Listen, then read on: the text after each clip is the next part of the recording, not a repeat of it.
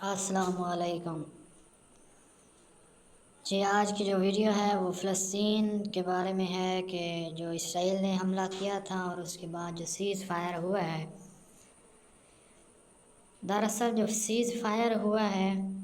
وہ بہت ہی ایک خوفناک مرحلے میں ہوا ہے، اور فلسطین میں 48 گھنٹے میں کیا ہونے جا رہا ہے. ایک بہادر فلسطینی لڑکی نے صہیونی منصوبہ چاک کر دیا ہے، اور اس نے حامد میر کو ٹویٹ کیا ہے، یعنی ان کو مینشن کر کے کہا ہے کہ ہمارے ساتھ